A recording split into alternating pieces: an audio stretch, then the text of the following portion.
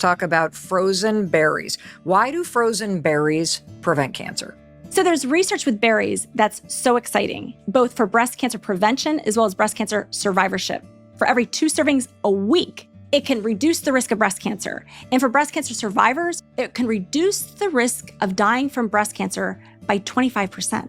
This was in the Nurses' Health Study. These purple sweet potatoes, can we talk about those? Yes. So let's talk about the purple sweet potatoes. Why do purple sweet potatoes prevent cancer? So I love the berries, right? There's 150% more anthocyanins in these purple sweet potatoes than there are in those berries. Anthocyanins, like many of these other phytonutrients we see in these vegetables and fruits that we have here, they have the opportunity to come into our body.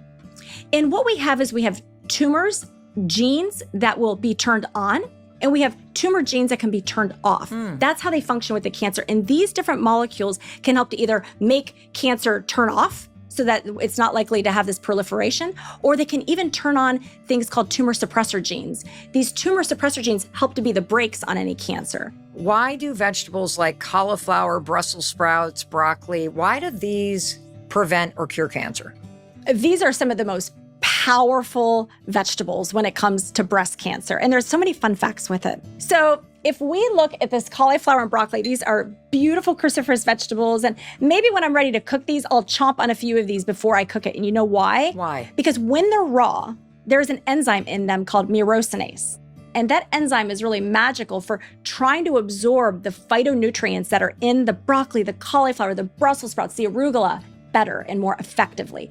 So when it comes to breast cancer, it helps to make estrogen into a less proliferative form. What's proliferative mean? You know, when we think of the breast tissue, we think of the fact that the breast tissue itself can be in a proliferative state where cells can grow more. Got it. And what the broccoli can do is it can transition the estrogen actually in our body to a form of estrogen that doesn't cause that proliferation. Proliferation is growth.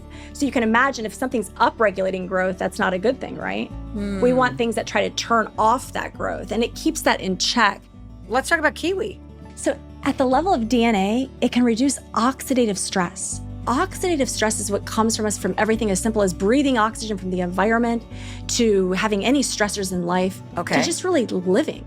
We get this oxidative damage that builds up. Certain foods can even kind of cause this trigger as well. But what these little magical fruits do is they go in and they help to turn off that oxidative stress. They come to the rescue.